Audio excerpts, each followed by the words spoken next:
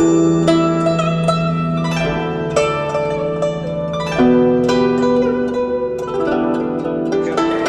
here inside the Martial Arts History Museum in Burbank, California with the curator, Michael Matsuda. Michael, tell us a little bit about what we've got going on in here. Well, the museum is not a who's who of the martial arts. It is actually a look at martial arts art, culture, history, and how Asian history became part of American history. This way people get to know a little bit about the Asian culture and can connect in different ways. Martial arts has a positive impact on American history. I absolutely love the dragon. Where did this come from? This was actually from the TV show called Cold Case. The studios have been wonderful. They've helped us out quite a bit, and they bring little items here and there that we can display. So I'm very thankful that we have a good rapport with the studios. That's wonderful. And of course you have some parts of the exhibit of one of my all-time favorite TV shows, Kung Fu. Oh yeah, Kung Fu is very, very popular. You know, everything here at the museum was designed by artists of Disney, DreamWorks, and The Simpsons.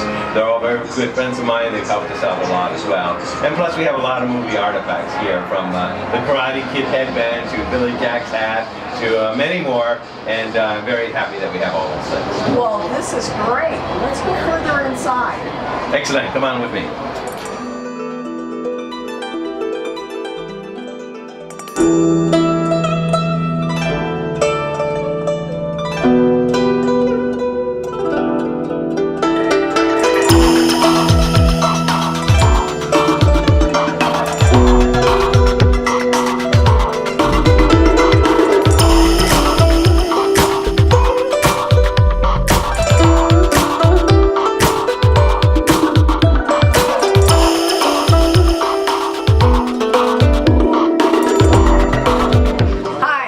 Goodman. This is Martial Arts Mania.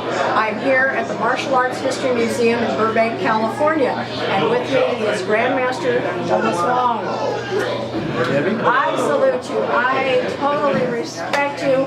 Back when I started studying martial arts, I read your books. That's where I got a lot of my philosophy. How old were you when you started studying martial arts? Martial arts started when I was about 10 years old.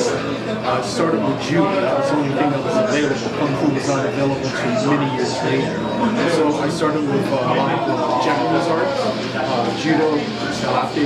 We took different styles. We took Shotokan, Goju style. I also went into Chinese Kempo, Kaji Kempo also, which is a different system. Then I got into Okinawan style Goju system also. And then when finally the Kung Fu opens up later on in the Grandmaster Art Wong, I started studying with him. Even though I was Chinese, I was having problems even getting to learn Kung Fu. Wong Association, because my dad was from a certain village, we were not allowed to. So I was blackballed out of learning, even though the name Wong didn't mean anything at all. So it was not until Grandmaster Art Wong opened up public school that I started learning Kung Fu during that time. I learned some Tai Chi prior to that from my cousin. But you know, it was just not what I liked. It was a little too slow for me. I'm used to activity, moving, and I do a lot of stuff, grappling art, throwing art, you know, punching and kicking. But I did learn some Tai Chi in my younger days. When I was really young. But Art Wong really opened up everything for me, and with his 5 animals and 5 family stuff. And while I was studying up there, I learned a lot. What was happening was during college time. And parents know too many people, and they were saying that instead of going to classes, I was there practicing my Kung Fu. And so I ended up leaving there and going to Huntington Park, where one of the other teachers was influential in my system of fighting. I was taking and defeated. And my dad was the art of a Wong. So I studied with him. He was also a student. But the school was under the ground of Wong. He was teaching me that system worked out. So it's one of the 4-5 system, 5 family system. And that's why I based most of my system on. It's a very fast system. It's based on circular motion. So it's based on a female system also. Where a lot of times. So what happened is that I base my system on female because you don't need power to learn it. It's a lot based on principle, physiology, leverage, and angle. So that's why I try to base it on. Because when I go to different places where they're doing seminars, they're trying to make the female do a male technique, and it's hard for them. You don't have the same strength, the same muscle structure, the same size. So I work on different ways of using what the female body is capable of doing, and that's what I base a lot of stuff on. So if I'm a male using the female technique, but with the male power, the technique is even more double. So that's why I work that a lot. Of course, I went through all that hardcore stuff in the beginning, and then as I get older, I hardly use any power at all. So that's what I try to teach. Now, currently, I'm teaching mainly down in Mexico, seminars, inside my studio in Reseda, California. But Carrie, my wife, is mainly handling all those classes. So I'm trying to set up all my stuff so when I retire, I'm just doing seminars all the time. So that's what I'm doing now. The event that we had yesterday, I had so many people come up and say, I got started martial arts, I read your book. There's so many of them. Some people from Jamaica, from England, from all over the world that seen my book. Some of the people told me back in the old days, Jet Li had my book, Conan Lee had my book. I mean, it was all over. A lot of these people really coming up in the martial I'm always thankful for them, it's honor to see that my work went out and did something. So I'm still receiving so much correspondence from overseas that my books are out there, but it's out of print now, but they still remember, so I really appreciate that. I'm glad I held on to my copy. Great. And your style system is called? My system is now called White Lotus Kung Fu System. It's a mixture of all the system I study and a lot of my own ideas that I improve on. Because, a lot of people learn the system and they like to stay true to the system and not do anything, not change it. It's great, but when the system started coming up 5 or 10 years ago, that's the method they used to use back in the old days. When you come to modern fighting, street fighting, mixed martial arts, you can't use like that traditional stuff anymore. It doesn't correspond with it. So that's why my system is made for the gear of street fighting.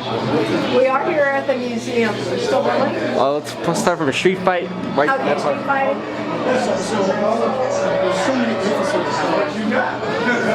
of the old traditional stuff, but now you have to match mixed martial art. You have to match street fighting, grappling arts, close-in combat.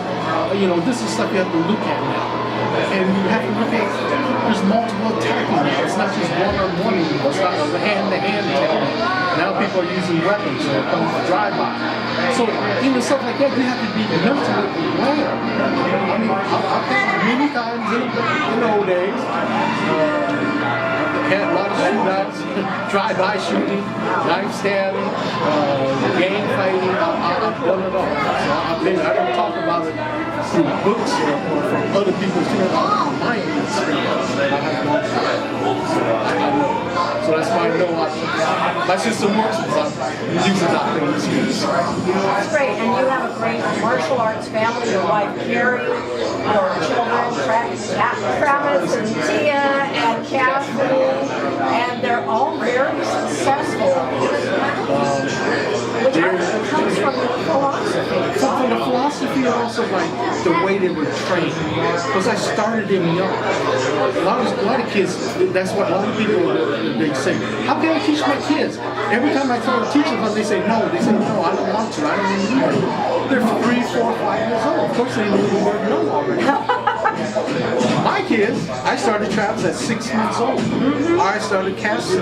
Cassie was my youngest at 2 months old, and my in-between daughter was Tia. I started her at 3 months old. They didn't know the word no. It was not in their vocabulary. It was part of their routine growing up. They're used to eating, walking, doing all this stuff, and kung fu just became part of it. It's just regular routine.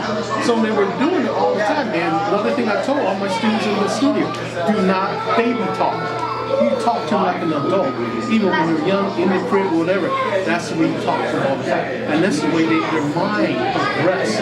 And that's why they were so far ahead in the years. And even now, when they go to school, they're not afraid to talk in front of a crowd. I mean, Travis do 4 or 5 years old, talk in front of 1,000 people. It didn't bother him. He competed in front of people when he was 2.5 years old. He started competing. So, I mean, he had all this other charisma, he had all this confidence, and that's why all three of them, because they're very successful. Travis now is doing so well in the movie industry. He just finished his 24th national commercial. He just finished G.I. Joe 2, and also Olympic has fallen, and then he's just finished Captain America 2 last week. Just came back from Asia, meeting John Woo. Got interviewed and picked for the part. Had to go against Tony Zhao and Hong Lee and beat him up. So he's doing quite well. And he has another production coming up soon. He will be producing. So he just got the $45 million for the prophecy around the South Florida soon. So he's doing very well. And Tia works for Nick Cannon and Mariah Carey. So she does very well also. Just brought herself a brand new Mercedes, which I could never afford. But she's doing it on her own right now. And she's very outgoing. She's talent manager for Nick Cannon. She managed a bunch of singing groups. She's been producing different shows for Nickelodeon. We're working on a new weekly show right now. She has involvement with Wonder Girls in Korea, the #1 group there. And so she helped produce one of the movies already for Nickelodeon. They're trying to do a weekly show.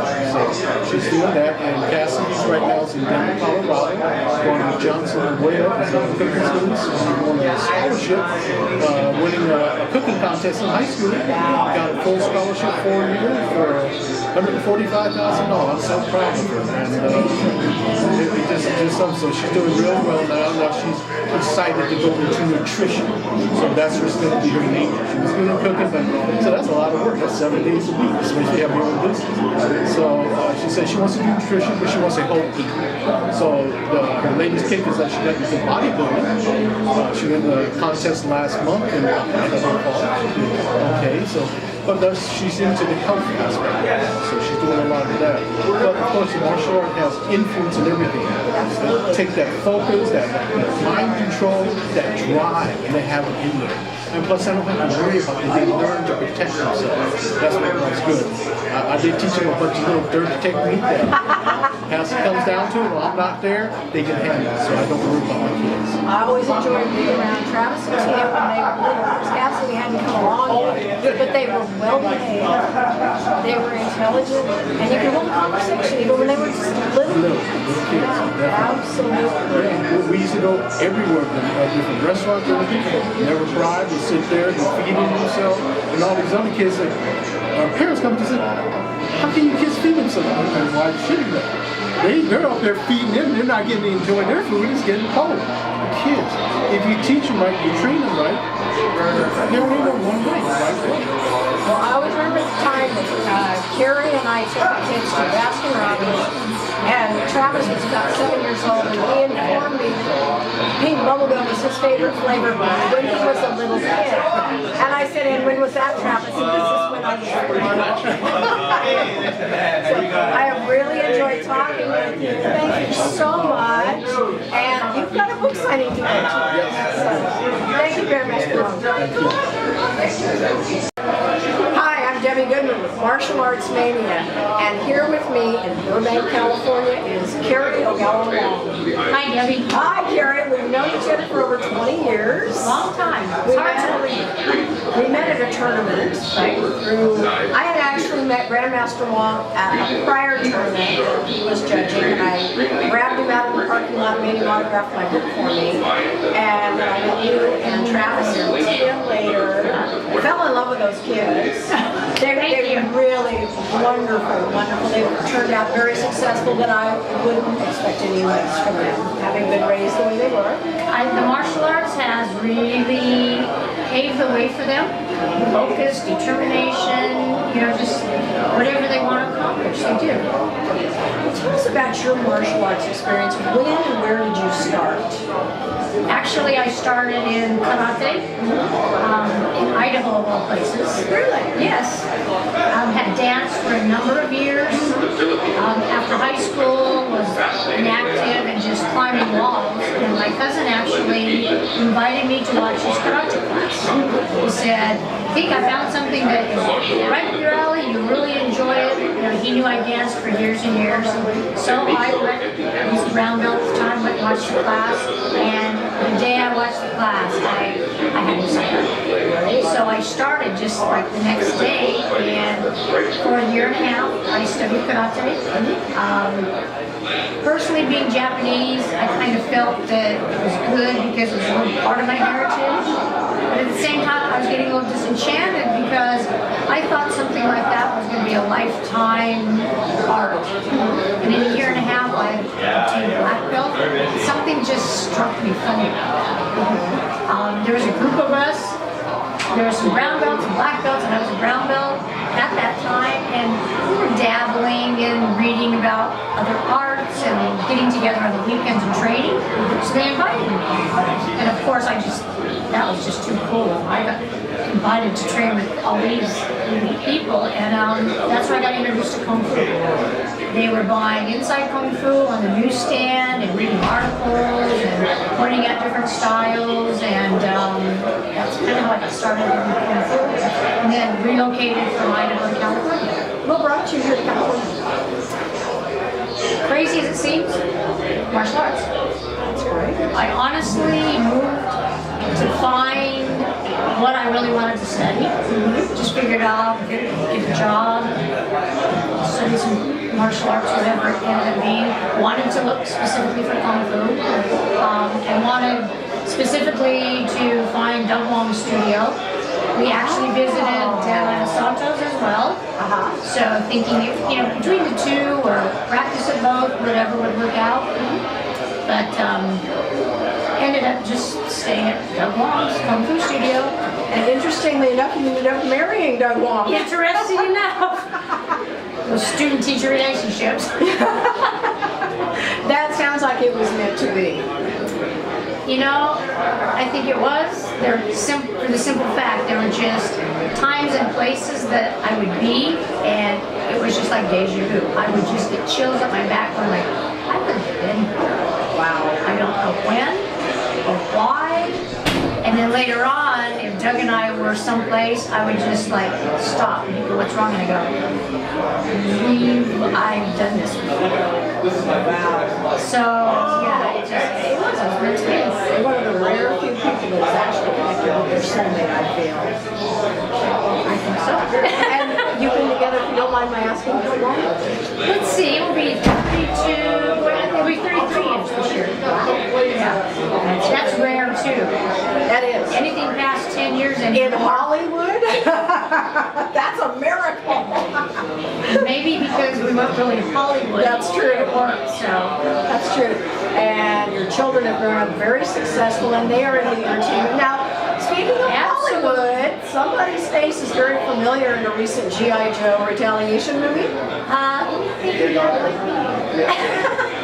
I had the great privilege of being asked to be in the movie as a character. My son Travis knew the director, John Chu, from doing LXD, League of Extraordinary Dancers. And at our studio in Northridge, John used to rent a dance studio right next to our Kung Fu school. And he had some amazing dancers. And being a dancer, I've just always been intrigued. So when I would hear they were rehearsing, I'd sneak over. And of course the doors are closed, but I would like sneak peeks.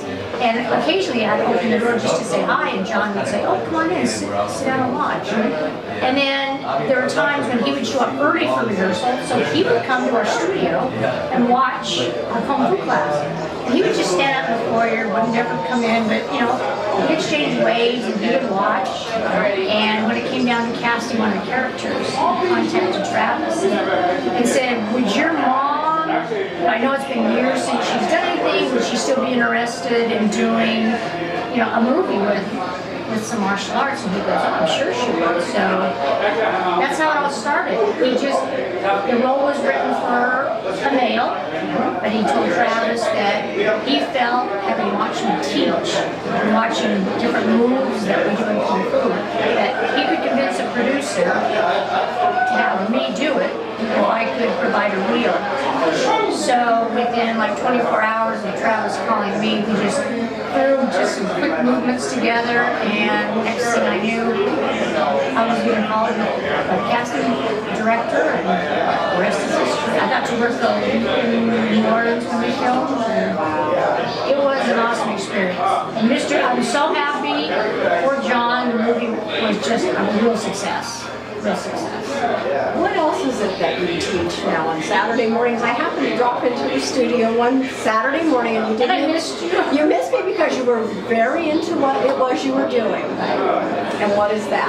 I teach Tai Chi on Saturdays. I actually have 2 classes of Tai Chi. I teach Kung Fu 3 days a week and Tai Chi Tuesdays and Saturdays. And Thursdays, sorry, 3 days a week. If I lived down here, I would be taking Tai Chi all day. Well, I would love to have you as a student. I could pop in a little more often. It took me years to get into Tai Chi. I just never could find who I felt comfortable with. You know how that goes. You find the right teacher and the energy's good. And then I found Master Wen Meiyu and studied with her privately for about 1.5 years. And she surprised me one day at the studio with a visit. And I mean, she would visit occasionally, but surprised me, and in front of us, she asked if she could talk to the students, and I said sure. So, we salute, pay our respects to her, and she comes up in front of the class and presents me with a teaching certificate, and I'm just like, oh wow. What? And she says, this is the best way for you to continue learning is to teach, and I was just floored because I had no intention of teaching. I had taken Tai Chi for myself, kind of being selfish, but I just thought it was time my external and internal needed to come together. So that's how that started. I just started teaching just one Tai Chi beginning class, and then from there I had students that have stayed with me, so I teach intermediate and advanced students separately, and I train the beginners a couple times a week. Well, I've done a little Tai Chi in the past, but it's actually gotten to the point where doctors are telling me, you really should take Tai Chi. Okay, but I need more relaxation. It is amazing what Tai Chi will do for you. It's grounding, and I had a little bit of the gift of the Chi. A few years ago, the hockey team, I was considered their lucky charm, and they referred to me as the Chi lady. Awesome. All I have to do is touch them on the back and they'd score goals. So whether it was actually happening or it was just the mental thing that they believed, I think it can work, honestly. Well, I tell students that people that are respected students, they're like, doctors suggest I should do Tai Chi. And I explain to them that it's backed by the American Arthritis Association, the Heart Association. Kaiser implemented a Tai Chi program a number of years ago in some of their facilities. So relaxation is part of it, but really on a bigger scope. There's so many things. And at my age, my blood pressure is lower than my son's sometimes. And I attribute it, I work out all the time, but I attribute a lot to the Tai Chi, not just the Kung Fu. So, it's been great talking to you. Thank you so much. well, thank you for having me. And actually, I will be down more often. I'm going to drop in on one of your Tai Chi Do classes. drop in, you're more than welcome. All right. Thank you, Master Carrie. Thank you. And I still have your videotape from many years ago. Oh, that's a long time ago. Okay. Hi, I'm Debbie Goodman, and this is Martial Arts Mania. I'm here at the Martial Arts History Museum in Burbank, California, with Dr. Dewan. I'm really happy to have this opportunity to interview him. as he rarely makes public appearances here at the museum, but also because he trained actors for my all-time favorite TV show, which was influential to me in the martial arts. Welcome. Thank you. I marvel at how young you look because I know when Kung Fu was on TV. Well, you know, this is just fake makeup. Yes, I'm an old guy. I'm still kicking. So I actually one of my course program is actually less Asian. So I gotta live up what I do. So I have seminars actually all over the world. And I get people without their own problem. They don't depend on medical people. And this is what the martial arts is all about. It's like you don't care about sickness, illness, or disease because you just delete them. So it's not like fighting another opponent. If you're going to do any fighting, well, people shouldn't be fighting anyway. There's too much of common. So they can resolve all their life problems. And that's what Kung Fu is all about, is resolving all life problems. That's true. I ran into some problems with one of the big banks, and one of the things that it kind of brought me back around into martial arts is that I just could not give up. What he did was wrong. What was that?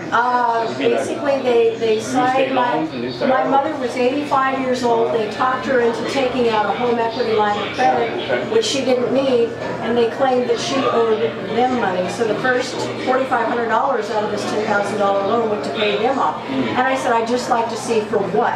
Well, she was overdrawn in her checking account. Okay, how much?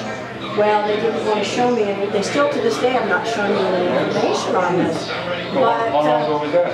the loan was taken out in 2007 and she died in 2008. But my martial arts training told me basically, don't stop fighting. And it's not about physically fighting. It's just that. Does it bother you? Yeah. Does it bother you though? Oh yeah, they want. See, when it bothers you, then you have to resolve that. Okay? And exactly what I'm doing. No, you're not doing that. If I ask you if it bothers you and you say yes, then we have to delete it from you, okay? If you want me to show you that, I will do that. That would be great. Okay, so when you think about your mother's experience with the banks, it still bothers you, right? Right. Okay, so what I'm going to do is make you strong to it, and then make you strong in deleting it, alright? And then also we're making you strong in far as resetting your spirit, your mind and body, and then also improve your perception that it's already been changed. Okay, now think about it again. Does it still bother you, these bankers, right now? What bothers me I'm talking about right now. Yeah, it still bothers me. Now it's still the same, right? Right. To you. Okay. If you say the same, then we have to look at why it's still the same to you, because it's really your interpretation, right? Your interpretation is the same when it's not the same, okay?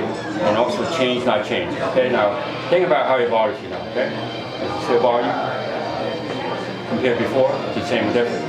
I'd say it's going a little lower on the scale. Well, it's different, right? Right. So let's bring it down to zero, minus infinity. You don't have to deal with it. You can get even with people without bothering you. I like that. Yeah, that's you the best can way. get even with people That's right. without it bothering you. Right, it bothers you, and then you just kind of You stir up inside. yeah, it messes you up, The right? boiling is But inside. you should like the true martial arts person is like it doesn't bother you. That you get even with them without them knowing about it. I like that too. I like this. That's the ultimate martial art, right? This is true. That you can actually change people. In fact, if they've done something to you that's incorrect, it's the karma they have to live with, right? Right. So the karma will get back to them and really get them on that situation. I okay? agree So, with you.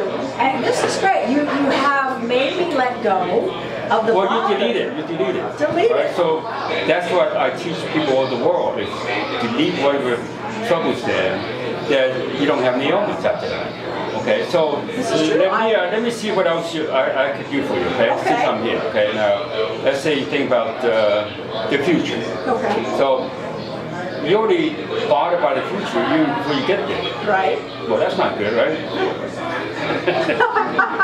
people don't know that you can actually change the future. You know, a lot of people think that, oh, okay, you have to live the moment, you can't change the past. Well, that's a fallacy. Okay? You can change the past, you can change the future. Then you have a better future waiting for you when you get there, right? Okay. Instead of like, I think my future bars you already. When you get there, it will be worse, right? Can I look forward to the Well, future would with you- good thoughts? And Right, that doesn't help. that doesn't help. Yeah. Okay. But I'm saying that when you think about your future, there's something in the future that troubles you, right? Unless you go in denial. Okay? You say could be. You want me to pick one out for you? Sure. Okay. Now, think about future as far as. You have any children? No. Okay. So actually, you have experienced that when you thought about having children, you didn't have any. There are experiences in your life kind of bothered you that you didn't have any. Could be. You couldn't relate to that. Yeah. You couldn't relate to that? Sometimes I'm not. Well, I'm just saying there are times that you wish You it. think about. You I'm wonder. talking about you. Right. Right. I wonder. Did I miss? Right. That's what I'm saying. Right. You still have that question, right? Right. So wouldn't it be better if you don't even question that? True. Okay. Now I will make you that you don't have to question that. Okay. Your answer will be done. The reason why you don't have children is because in another time and space you have children that made your life miserable. Okay. Okay. So let's resolve that. Okay. All right. Now, do you still have a question about future? Yeah. Am I on? Am I gonna- children, having children. No. So that's gone, right? That's gone. So the future. Now, the next thing that troubles you is really your past. So think about something in the past that bothers you. Okay? But you don't have to say what it is. Okay. You have that, right? Yeah. And it bothers you, right? Sure. Okay. But you probably say, well, that's human. It bothers me, right? But you could be superhuman. It doesn't get bothered. And that's what you want. And not go in denial and not practicing Alzheimer's to forget about it, okay? That's what people do, practice Alzheimer's to forget, right? Now, so if you're not practicing forgetting, it troubles you, right? In the past, something in the past troubles you, yes? Okay. Your wish is granted, okay? Now think about it again, because it's still troubling you. Want me to that better? Yeah. Only take a second to delete it. It's time for human to know that you could do this for yourself. Right? That we're not going to get into a predicament that we think we have some kind of ailment that cannot be resolved. Right? Right? And get old faster than we want. This is true. Like I say, it's remarkable. When they pointed you out to me, it's this is the guy. That's right. I said, no. I'm over the hill. No way. I should be walking with a stick, right? So I can bend over and get it. Yeah. I was going to say it about someone else. Well, this has been very enlightening, and I thank you very much for taking the time to Well, talk you to didn't ask me. me any question yet. Okay, kind of like a psychic. Am I going to find my life mate, my soulmate in the near future? Is that what you want? Sure. Okay. Well, you really kind of shaky about that. Am I? Even though you say you want it. Let's say, I mean, I'm sure you have experience with men you didn't like. Right. And you think about it, it still bothers you, right? You know, come to think of it, it does. Just one in particular. Well, if it bothers you, then you're more inclined to attract another man who's going to be like that, right? So I need to delete it. Well, you can't just say delete it. So it takes a little bit more than that, a couple more steps than that, right? So, but if you think about it, the effect is still there, right? That experience, right? So it kind of makes you look at men differently because of this person, right? Very true. Right. So then all the other men would have to get abused by you because you have this experience, right? Okay. Right. So. Mind reader, okay. Well, I don't just read the mind, I read your body, mind, and spirit. Right. Okay. So, but I'm just saying that when you think about your experience with this man, there's an effect there, right? And it would last forever. Right? So you really delete it, not just say delete. Right? You say delete is good, but we haven't got to that level yet. Like you have a laptop and say, okay, delete. It doesn't do that. Right. You still have to hit that button.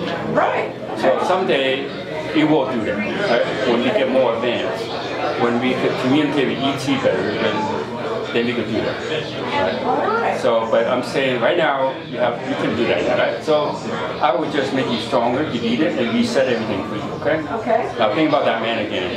Is that man still affecting you? Yeah. Right. Isn't that better? Yep. Right. That's how you're good, right? Then you'll never have any stress in your life. You can go whatever direction you want to go with your life. Right? So you can predetermine your future, you can delete all your past experiences. And nothing could possibly ill you, right? But you're in charge of it. Nothing can make you sick and ill and disease and get injured, right? Because ET doesn't have that. Right? ET doesn't get a headache.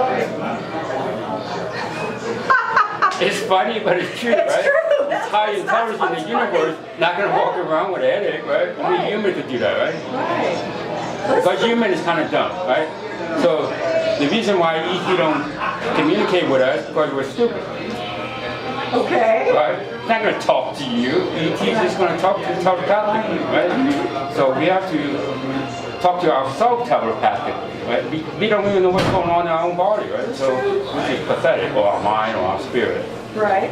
So if there's high intelligence in the universe, they sure don't want anything to do with us, right? It's just like you want to communicate with the ant there, right? No. Right, so that's what you don't want to communicate with. Okay, Right? gotcha. You watch these ancient aliens and they communicate and all that. They don't want to communicate with us until we get a little smarter, right? Give it our own problems first, right?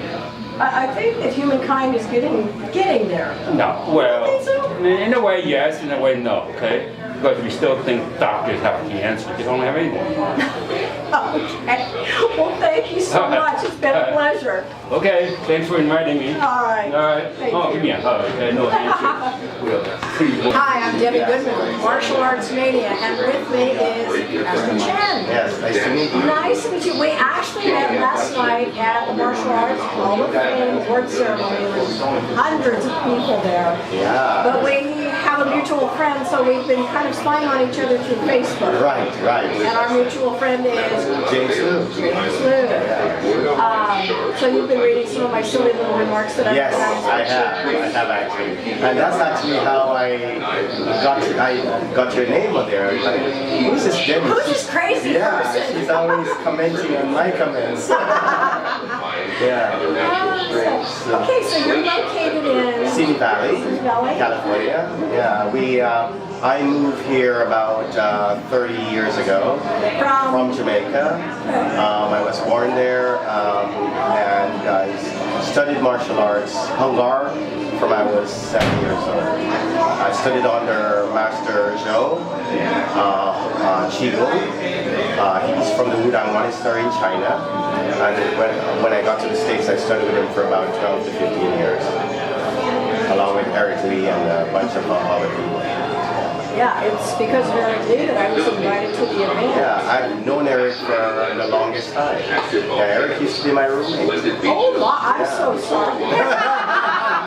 To me, having to live with Eric Lee would be like a constant party. Yeah, when we were living in Hollywood. Oh my, say no more. But please do tell. So I was a party animal then. I used to keep a lot of parties, and we always have a lot of people over, and always on the go, doing a lot of stuff. Yeah. It's funny, Eric Lee and I have something in common. We're both born under the sign of Leo, and as most people know, Leo's motto is, where's the party? Yes. So I'm a Virgo.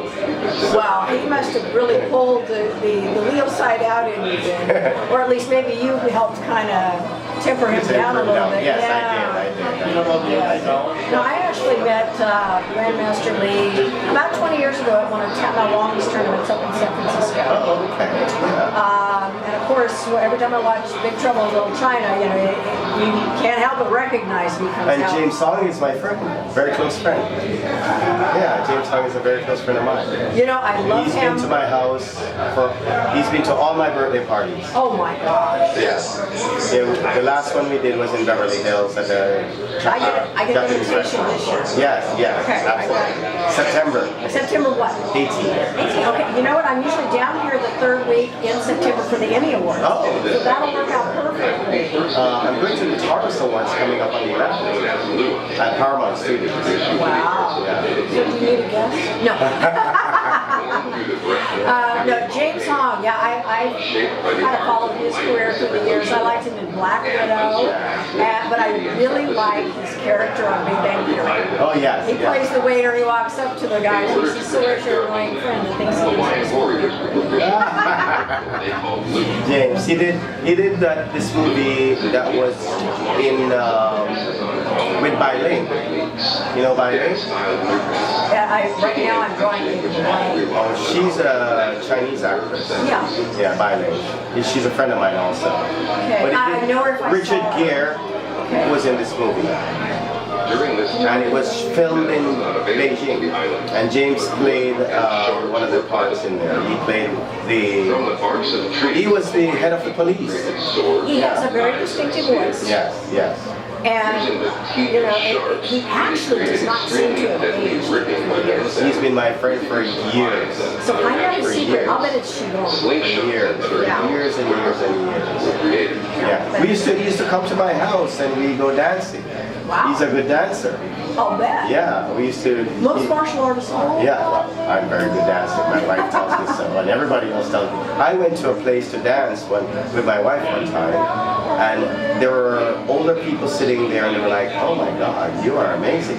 They came up to me. I met a young man many years ago. It was funny. His name was Joseph Smith. Okay. He was half Chinese, half European background, and we got to talking, and I said I was in martial arts, and we got dancing, and he says, if you can do martial arts, you can dance.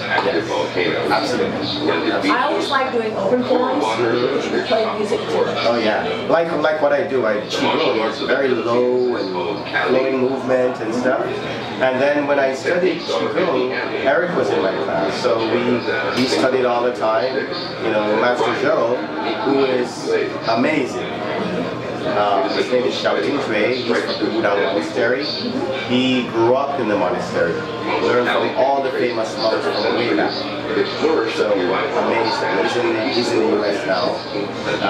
He lives in Monterey Park, and his office is in West Los Angeles. You know, you've got a great look about you, I would think, for movies. Have you abandoned any roles? Yes, I remember way back when everyone was going for auditions, and as a matter of fact, the movie Starship Troopers I did with Casper Van Dien and Dennis Richards.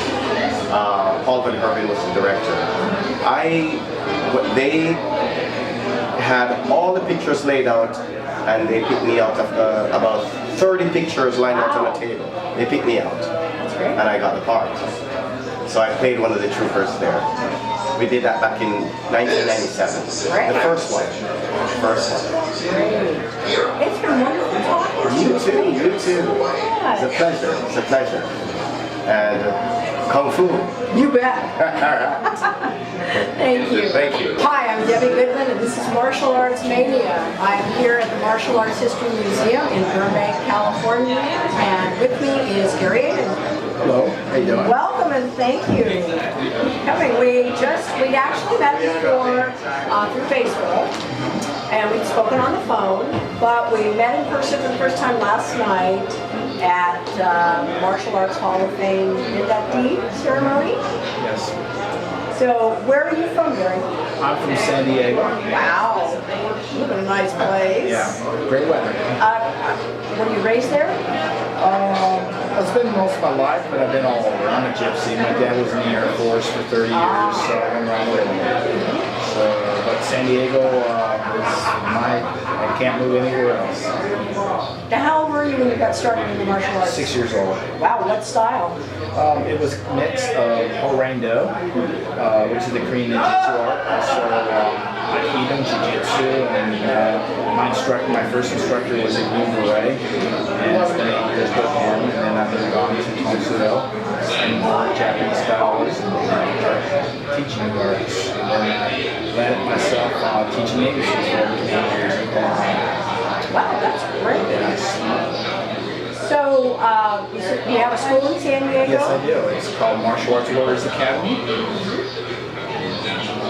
When I go down to San Diego again, I'm going to drop in on you. We'd be happy to have you. So, tell me a little bit more. Have you ever maybe done a role in movies because of your martial arts ability? I've been offered when I I had somebody, a casting director, to put me in stunts, and I did not want to do that. I just, the weather and all that, so I turned down that opportunity. There are other roles I taught, but I'd rather see my daughter or somebody else to get. I'm not a picture face person to movie things, but I don't mind support or be helping in the choreography and things like that in the back scene. Good. Do you have a particular favorite martial arts movie? I think they're all good. I mean, I love Bruce Lee. I mean, he's the one who made his own techniques. You don't see anybody up insert techniques like he does. He puts all the combination from the get-go. So he's the most realistic martial artist ever in the movies. And, you know, all the other guys are just, it's hard. Jackie Chan makes me laugh. I was watching Jackie Chan movies before he came into famous. And somebody that was in one of my martial arts classes kind of laughed at me like, oh, that guy will never make it. Really? Jackie Chan's an amazing guy. We had some intercerts back. He sent me a little video of Drunken martial art. I believe it's Drunken Cowboy. It's and you know, he's amazing, phenomenal. He does his own stunts. Very few people. Another great martial artist that I came across, and very best friends. He just went to China. Is Coleman Lee. And he's done many movies back in the 80s and stuff. And he was in the set with Jackie Chan, Jet Li, and the three guys that were amazing. And then they were just after Bruce Lee. To this day, we're still looking for another Bruce Lee. Oh, we are, absolutely. Nobody's replaced Bruce Lee. It wasn't just the martial arts. He had a certain charisma about him that came across on the screen. Bottom line. Yes.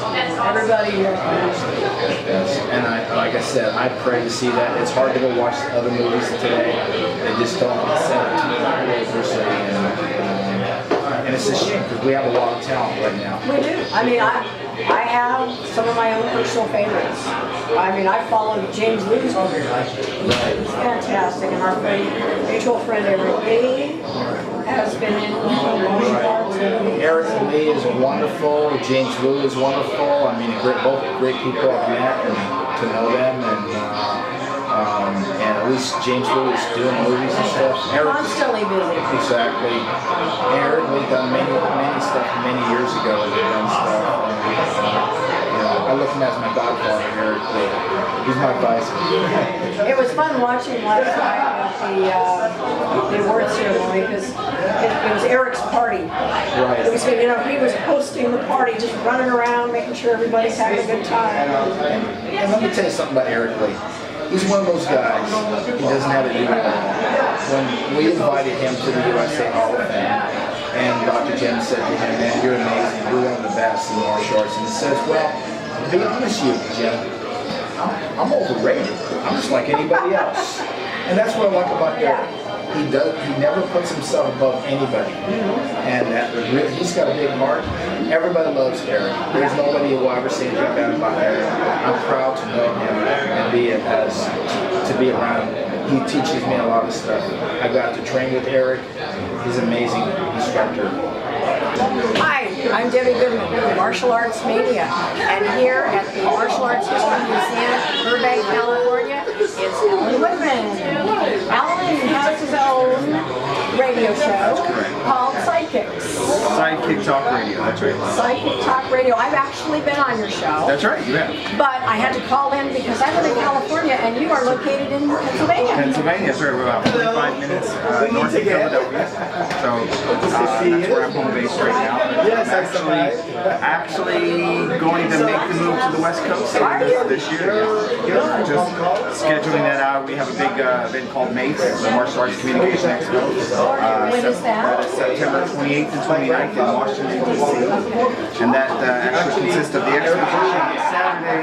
And the biggest thing, which is the historical million martial artist march from the monument to the Lincoln Memorial. We're going to have a march. Right now we have over 100,000 martial artists committed to the project now. It's not until September.